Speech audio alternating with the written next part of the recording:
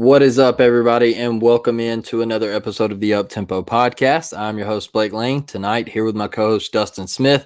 And Dustin, we are here to talk about the Auburn Basketball Tigers, who narrowly escape with a 78-74 victory over the Ole Miss Rebels inside Neville Arena. The jungle was rocking.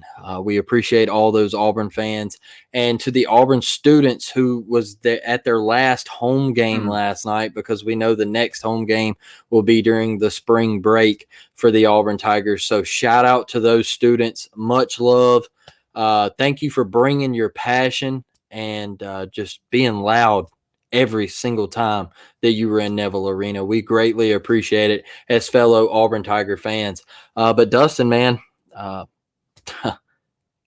let's start this thing off, man. You ready to get going and recap this, what seemed like a dreadful performance, especially early on in the second half. We let Ole Miss, we got a couple of double-digit leads, let Ole Miss get back into this thing, and then we somehow find a way to finally finish a game, if that's really the route you want to take with this thing. I mean, I've heard that. I've heard that. Yeah, against a team that is, fighting to be the worst Terrible team in the conference. They're absolutely horrible. I think they're now 10-18 on the year. I think they've won 2 conference games. Yep. But Auburn did improve to 9-6 in the SEC. They're 19-9 on the year.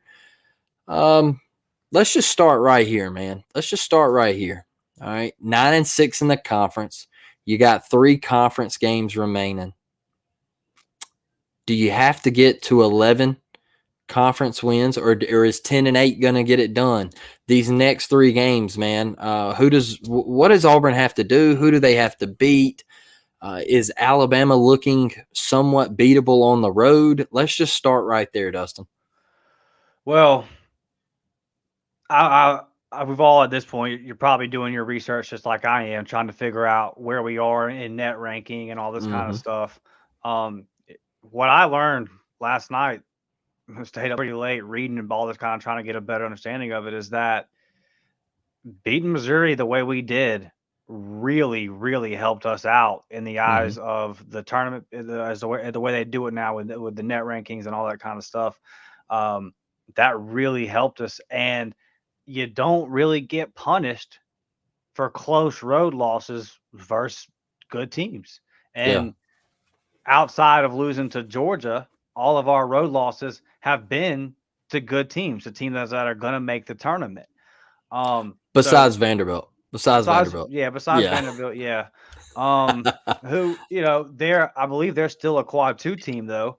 And they've got big wins, and they've got they had won 5 games going into that. So there are things that play into that to where even that loss doesn't kill you. Actually, only beating Ole Miss last night by 4 dropped us 3 points in the net rankings. Wow. That's just kind of how Ole Miss is a low quad 3 team. So, and Bruce was talking about this on Tiger Talk earlier. I was listening to him. He was saying that, look, the way the rankings work now, that's why he said, if you see my starters in with 3 minutes to go and we're up by 20 or down by 20, that's why. Because every possession matters now. Kind of the argument some of the football coaches have been making, like, well, I'm sorry if I just blew that team out, but I've got to get as many points on the board for the committee and all. It's a lot of that same kind of stuff. So it's very interesting the way it's all set up now. And I say all that to say that the way we've been playing over the last month and a half, we're all frustrated as fans. Yeah. And I'll be honest with you, I thought that last night was one of our worst performances of the year. I know you were frustrated. Yeah. I know you were frustrated. I was live on YouTube, and I kept asking you, Dustin, how are you feeling, man? How are you feeling? Because, look, I hate to show frustration when I'm live on YouTube doing a live stream, Dustin. But I was deeply frustrated too, man. Like, I was aggravated. I said, look, here we are in a must-win game again, and we're shitting the bed. We're shitting the bed. Let's be honest. And somehow we find a way to overcome the KD Johnson turnovers, and we'll talk more about that in a minute. And somehow we find a way to overcome that stretch in the second half where we go 5-6 minutes without scoring a field goal.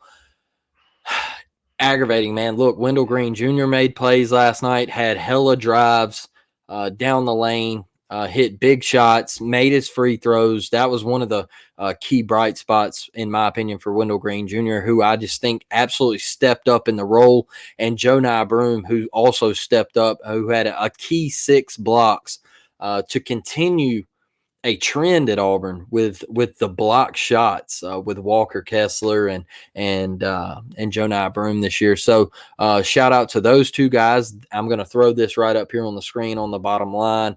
Those are definitely our two highlight performers of the night. And Dustin, one thing before I got a question for you in just a second, but how big was this for Wendell Green Jr. to bounce back and have a performance like he did after the awful showing in Nashville against the Vanderbilt Commodores? I think that's he's done a better job of that this year. Yeah. Last year it seemed like he went on these slides. He'd have a bad game that will lead to more bad games. He's had bad nights this year, or he's just bounced right back. And like me and you have just hammered and hammered and hammered. I'm not even going to be hard on Wendell at this point, this late in the season, when he gets 0 guard help. When Wynn gets no help from the guards and he has a bad night, I'm not going to really put any blame on him at this point. I might criticize his shot selection a little bit, but when you do what you do last night, and the most important thing is 11 of 12 from the free throw line.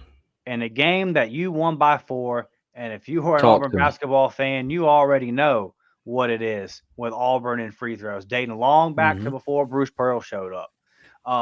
It's just a thing. It's been a thing this year. Go back to that West Virginia game. What if we hit some free throws?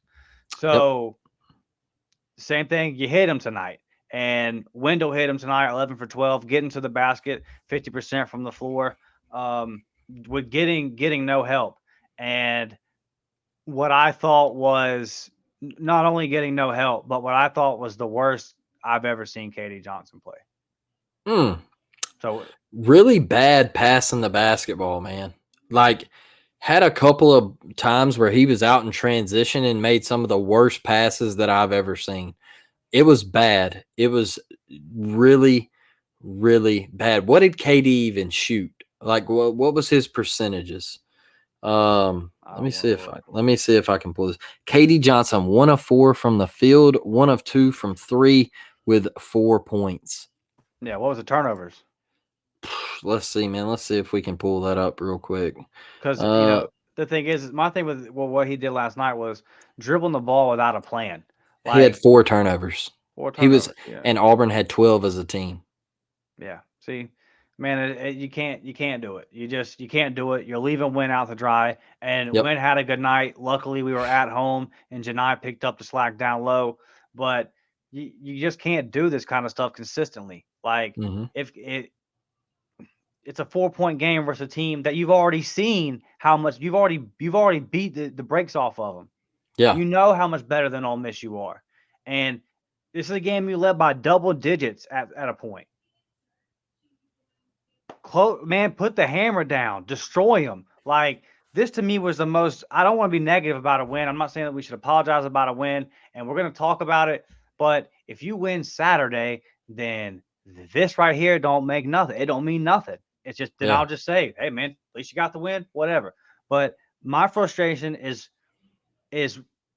yes, we won the game, but I didn't see any difference in overall in how this team is playing.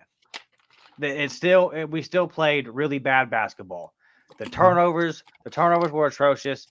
We're helping on guys off guys on defense when we don't need to. We were just leaving guys wide open at the 3-point line. We're over helping, especially on the backside. It's just like anytime somebody drives a lane and you got 3 guys crashing, there's a guy wide open in the corner. There was a possession late last night.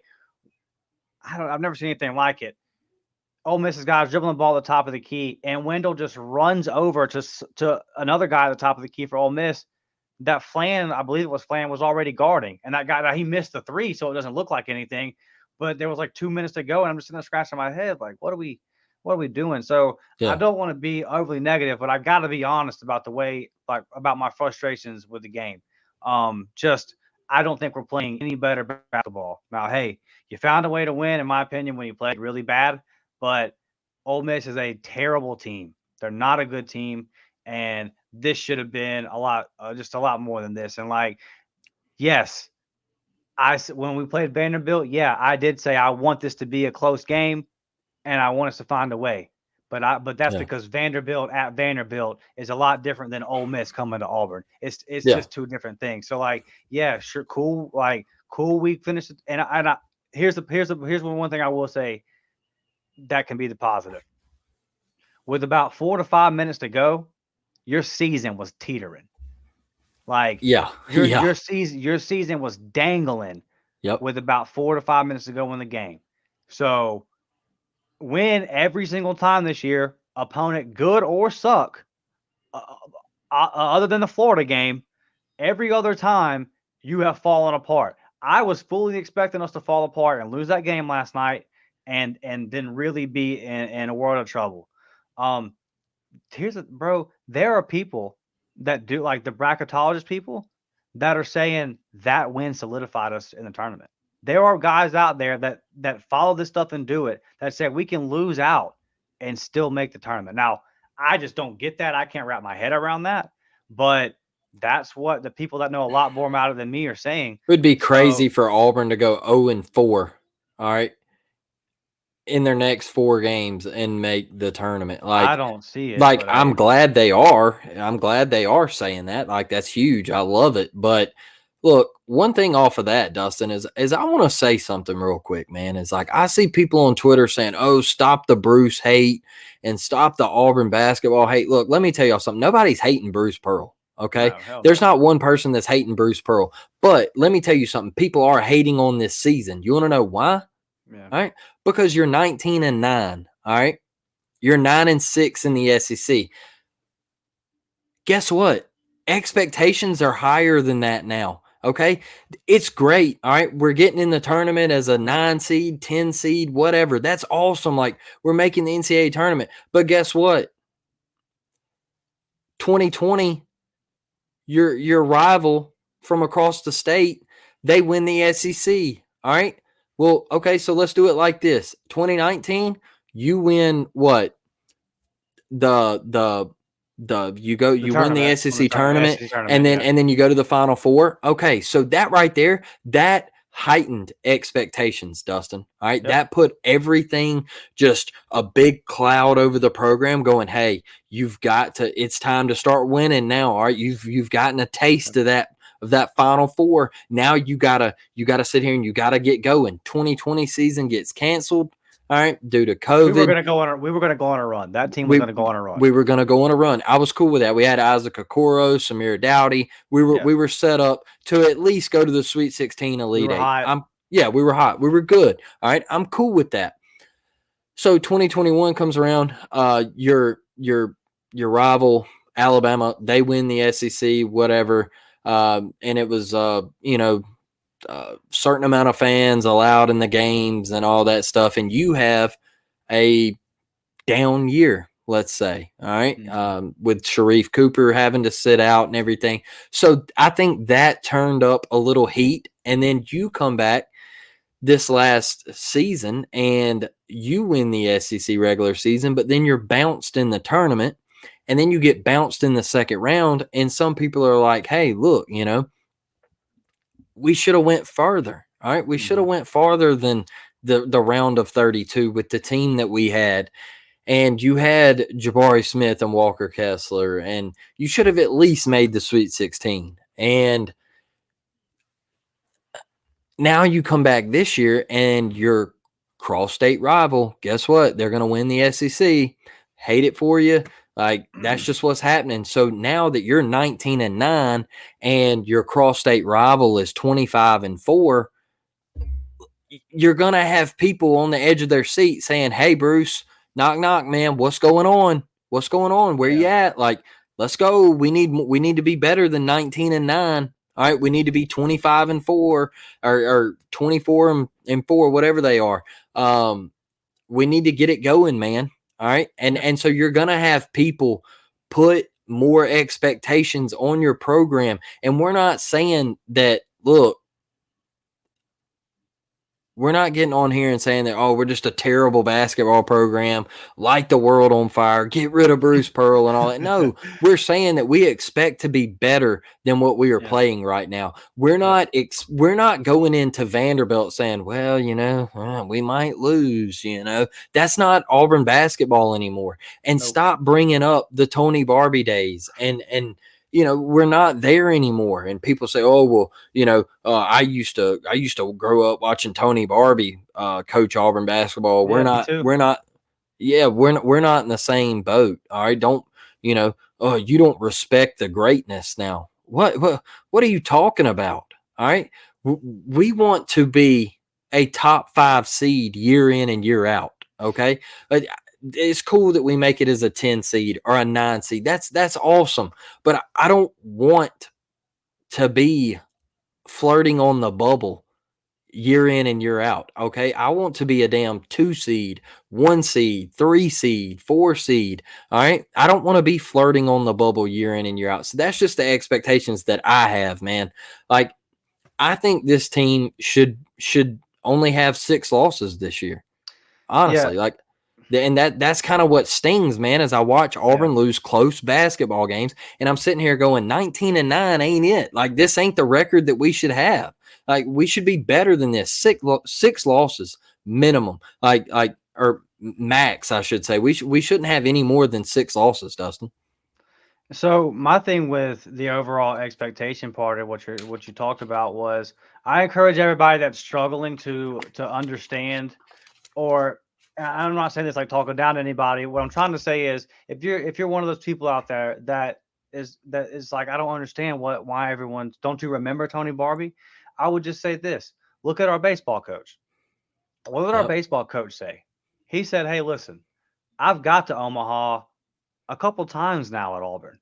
So I want y'all, the fans, to have the expectation now that when we come here, we are trying to win it."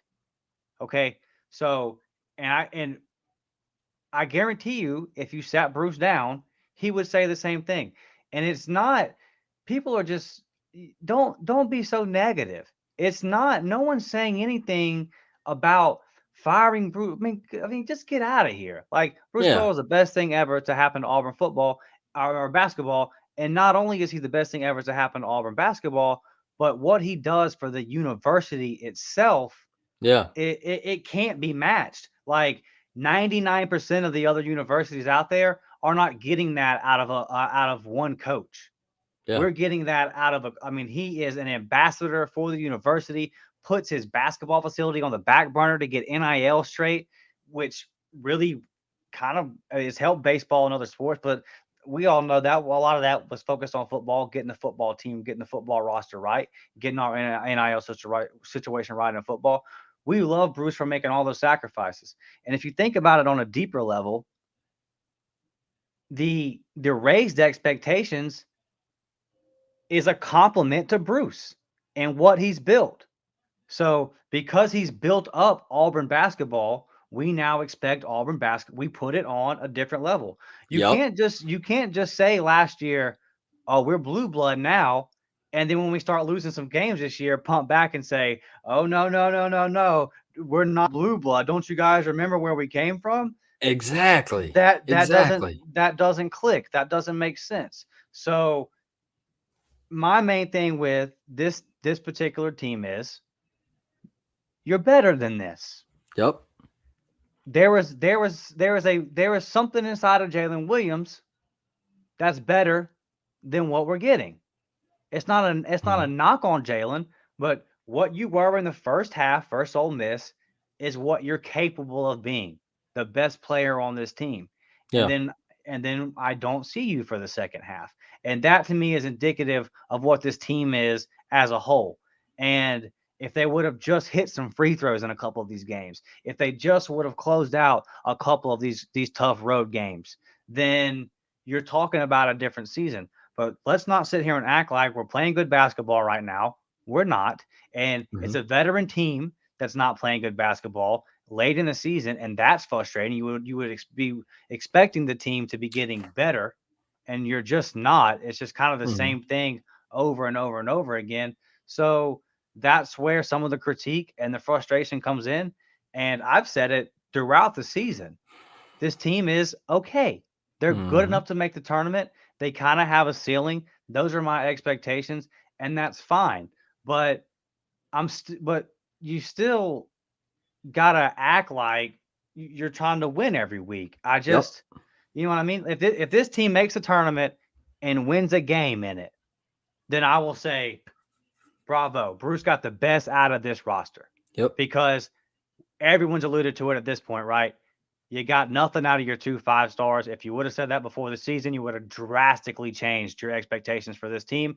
And I'm not going to knock Bruce on that for the simple fact of one, I saw those guys play in Israel. So whatever happened between now and then, I don't know. And two, there's not a college coach in the country that would have took those guys. So it just, now you could maybe say something about, well, why haven't they developed? I don't have the answer to that. I would have to be a lot closer to the program to know what's going on in Yeah. practice every day. But yeah, dude, it's just Bruce has built Auburn basketball into this product. Game day's been there 3 years in a row or whatever it is. You just have these expectations. Making the tournament for Auburn basketball should be the baseline. And people will take this as a knock because I know how people are. You saw my tweet go viral a couple weeks ago. That had nothing to do with Bruce Pearl, but he's got a fat contract. He got a fat new deal. So with a fat new deal comes a little more expectations and Yeah. criticism when things don't go right. 100%. 100%. And I think we both hit the nail on the head there, man. Is that's all we're saying, people, is look, the expectations are just a little bit higher. And when we watch this basketball team, the inconsistency is what gets me, Dustin. Look at the bench last night, man. 8 points. All right. You had Cardwell with 2, Donaldson with 2, and Johnson with 4. All right. They give you 8 points, man. You Mm-hmm. scored 78 in the game. That means your starters gave you 70. All right. And your bench gave you 8. Mm. I come on, man. Look, Yep. look, look. Yep. Let's go to Ole Miss's bench. All right. Ole Miss. All right. They got White, gave them 13. They got Aquuba gave them 2. And McKinnis gave them 5. Man, that's nice. That's 20. All right. So their bench outscored us by 12 points. All right. 20-8. I mean, come on now.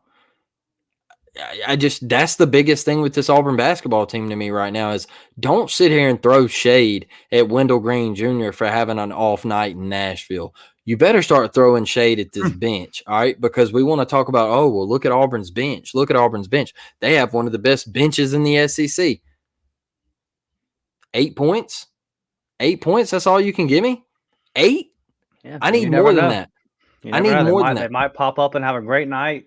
Dylan might almost have a double double. It's just But that's the thing, Dustin, is we're too close to the end of the year, bro. yep, Like yep. we're too close, and now we got 3 juggernauts with Kentucky. They're playing their best basketball of the season right now. They're hitting on all cylinders. Oscar Sheway looks like a force.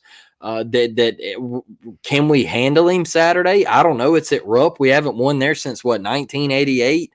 We weren't even thought of during that year, so I don't know, man, but we have beaten them, our last 4 out of 6, I believe it is, something like that. So, that's pretty cool as an Auburn fan. But, man, that's my biggest thing is just the inconsistency with this basketball team. I felt like Ole Miss got a lot of easy buckets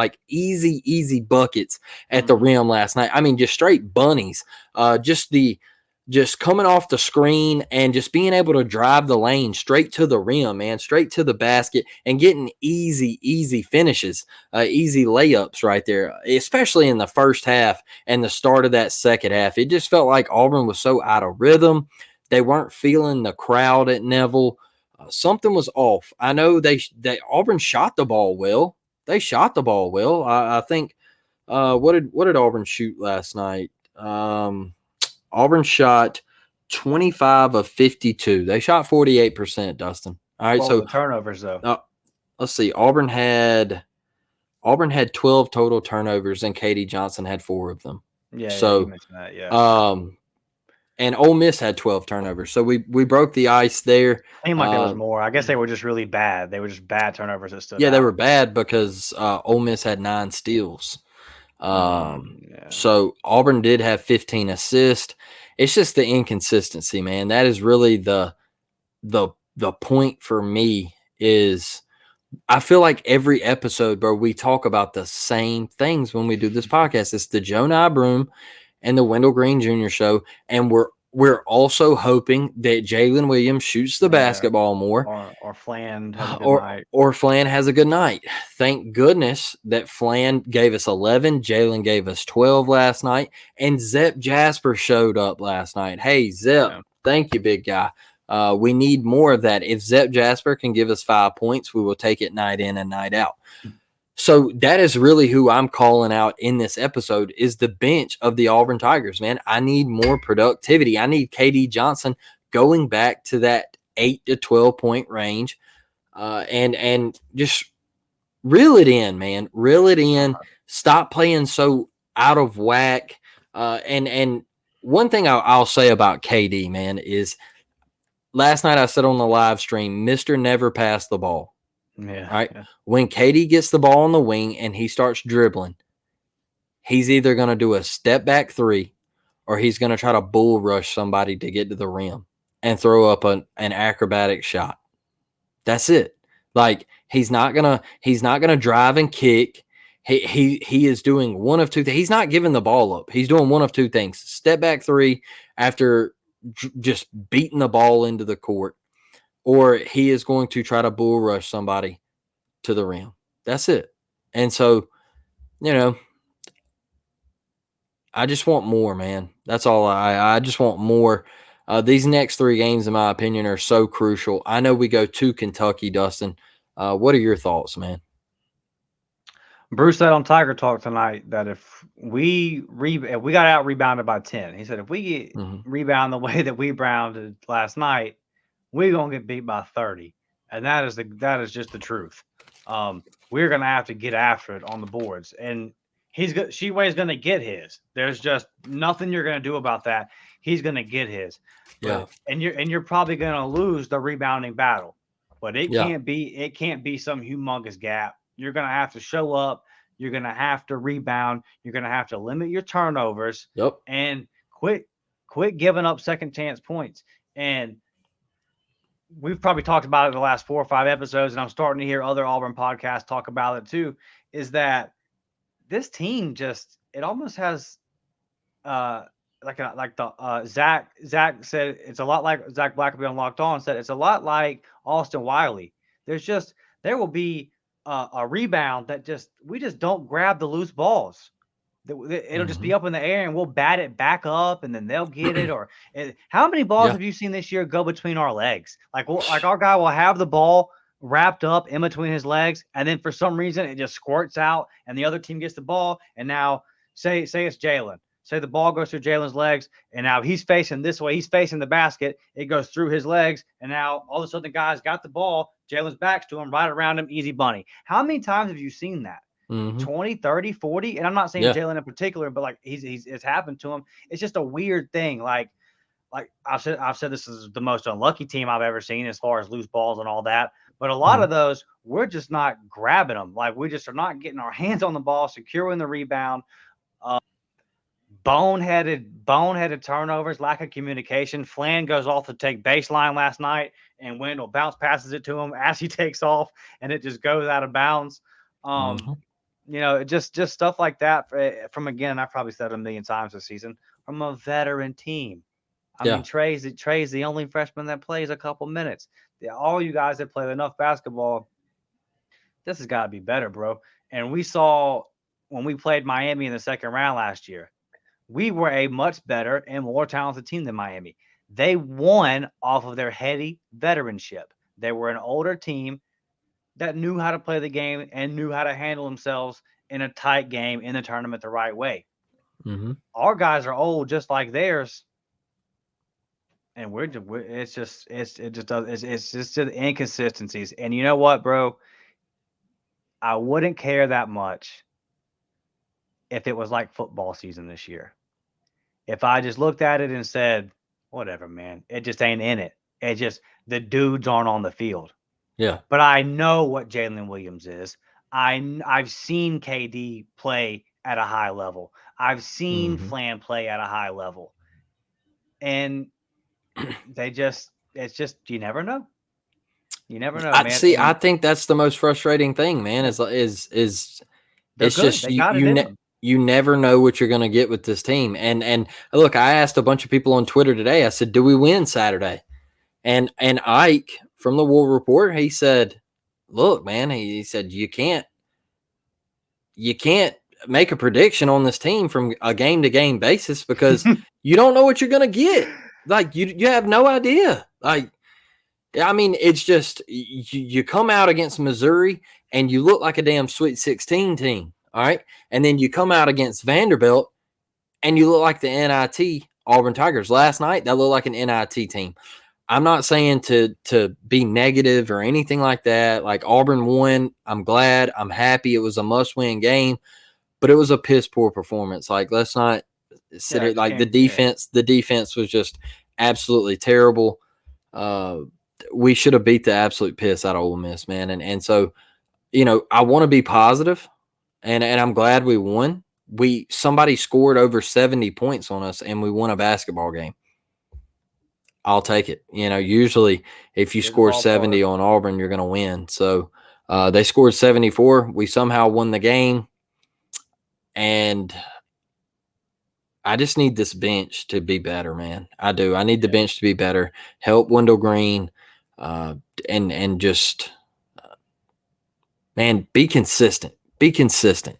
Put a complete game together like you did against Missouri, Yeah. and win one of these last 3 games. All right, in the regular season, go into the SEC tournament, and I would really like to win 2 out of 3, but Mm. at least give me one. At least give me one and go into the SEC tournament and have a nice showing. I would love to see that, and maybe get an 8-7 seed somewhere around there and salvage this thing and get hot in the NCAA tournament, Dustin. But man, wrapping this thing up, I'm going to give you the floor for your final thoughts, final words, like we always do every episode. Get whatever you can off your chest, man.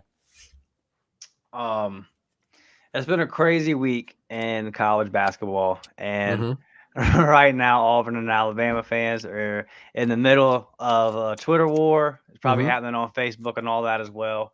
And we all know the circumstances surrounding that. And all I'm going to say about it, man, is like, first off, the whole situation with going on with Alabama basketball right now and Brandon Miller and all that, it's tragic. It's messed up.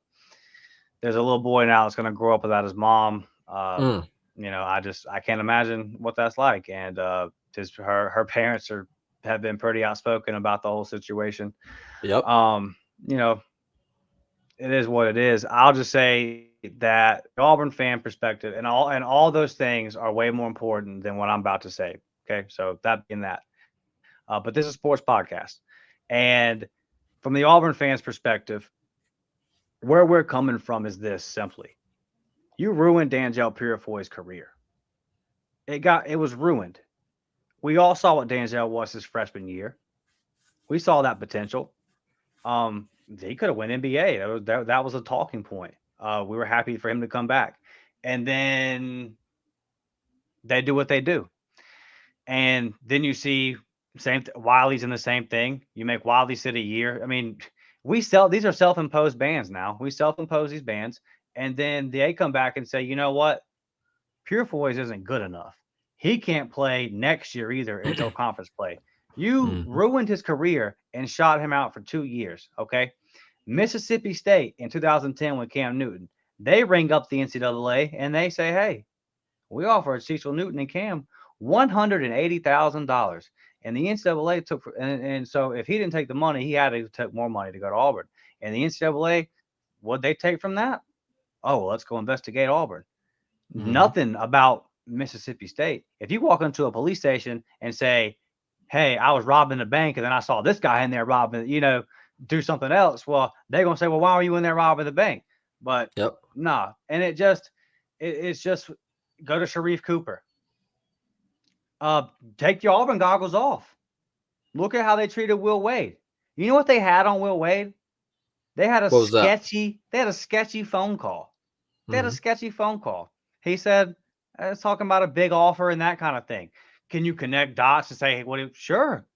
But they put the tapes out. There's nothing solid on those tapes. It's pretty vague. It's nothing to that you could bring to court or whatever and say this is evidence of this, that, and the other.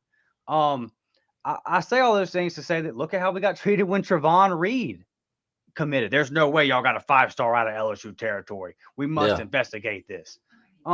It's just man, there's so many examples of it. Pull up historically. Did you know that Auburn quit playing Alabama for 40 years because they wanted to dictate all the terms of the game? Do you know that in 1989, well, before 89, but 89 was the year that we finally got our home game in Jordan Hare, but we had to threaten and say, hey, listen, we're not going to keep playing this game if we keep having to go to their stadium every time. Yeah. That is not a neutral field. And I'm just trying to get some historical background to where Auburn fans are coming from when we see all these things. When the SEC, it's being rumored that our 3 permanent rivals are going to be LSU, Georgia, and Alabama. When we went to the SEC and said, hey, listen, we need Georgia moved off of Bama. And they said, okay, what they do? They stuck them right behind LSU. Ha, ha, Yeah. ha. How is that not a middle finger to us? So I say all that stuff to say that's where we're coming from. When you tell me that a player brought a weapon and that weapon was used in a murder, and I'm all for due process and investigation, okay? I'm all Yeah. for that. But I have to ask myself if this guy didn't play for the University of Alabama based off of all the things I've just mentioned. And listen, I could go on forever. I had to cut myself off there. There's a million of these examples. So based off of all that, ask yourself, if that was Jabari Smith, how would he be treated? Yeah. That's where we're coming from. There is a clear just imbalance in this whole thing. And it just it stinks, man. It stinks. It doesn't sit well with me the way Nate Oates has handled it. I will say this. I'll be outspoken about this. I think it's clownish. It's been so clownish that Greg McElroy has come out and said it was clownish. This whole situation kind of blows my mind the way it's being handled by the SEC, the way it's being handled by the University of Alabama. I don't get it, bro. I don't get it. Yeah, Dustin. Look, man. Condolences to the family, and just a child having to grow up without a mom sucks. Over nothing. Over nothing. Yeah, just the entire situation sucks, right? Absolutely terrible, man. One thing that I do want to say is just put yourself in better situations, man. All right. Put yourself in better situations. You are the best player in college basketball. You are great. Your talent is the best I've seen this year. Whatever happened, I don't know. I wasn't there. I'm not a lawyer. I don't know the evidence in court, so I'm not going to talk about any of that. But put yourself in better situations, all right? You're a couple months away from being an NBA lottery pick, okay? Man. We saw it last night, Dustin. He's great. He dropped 41 with everybody screaming at him, lock him up, lock him up. And a freshman went in there and put on that type of performance. Be great, man. All right? Be great. Nate Oates could have handled it a lot better. All right? And just the saying of wrong place and wrong time, man, could have went so much different. It could have went so much different, Dustin. Tough to say that. And look, he started out great in the press conference because I watched it. My buddy sent it to me. He said, "Hey, look, watch the whole thing. He starts out great. He just made a mistake with those choice of words." I watched it and I said, "No way he just said that, like wrong place, wrong time." No, like, I guess what really stings me is he just didn't even sit for a single second. Okay. He didn't sit for not a game, anything, nothing. What are you teaching him as a young man? So that's kind of my, like, I'm not saying he committed a crime. All right. I'm not saying that, but he didn't sit for a second. My thing to Nate Oates is, and I think that's where I have the biggest thing with all of this is with Nate Oates and how it was handled is you have to teach a lesson and say, "Hey, look, put yourself in better situations. So you're going to sit tonight. All right. Just say we play Vanderbilt. You're going to sit. You're not going to play tonight. Maybe 2 games, 3 games, whatever." But the fact that he didn't sit a second for this, and I don't know, it's just, it's a tough deal, man. Like, I hate it. What were you going to say? I would say ask yourself this. KD Johnson set a game this season. Do you think whatever he did was more serious in this situation? Great point. Very, very great point.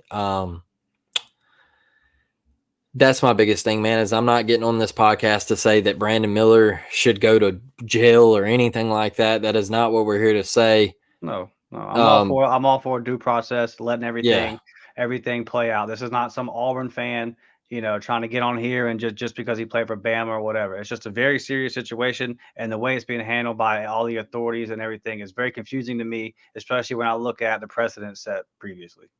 yeah. And look, I'm an Auburn fan, bro, and I think Brandon Miller in Alabama, I think they're the best team in the country. I think he's the best player in the country. I think he is a top 2 pick, and he ain't 2. All right, just my opinion. But put yourself in a better situation, man. My dad always used to tell me, "You are who you hang out with." Yeah. Clean it up. All right. I know he might not have been, whatever the situation was. He might not have seen a text or whatever. That is what it is. I don't know. I wasn't there. All right. Well, I bet we'll But, find out. but absolutely. But you are who you hang out with. Always remember that. My dad told me that a long time ago. Also, to the young kids out there, nothing good happens after midnight. All right. Also, nothing good happens at a bar or a club after midnight. Okay. All you get is alcohol and trouble. Okay. It sucks. It sucks. It's a terrible situation. And that's all I got to say about it, Dustin, is it sucks, man. It really does. It's sad.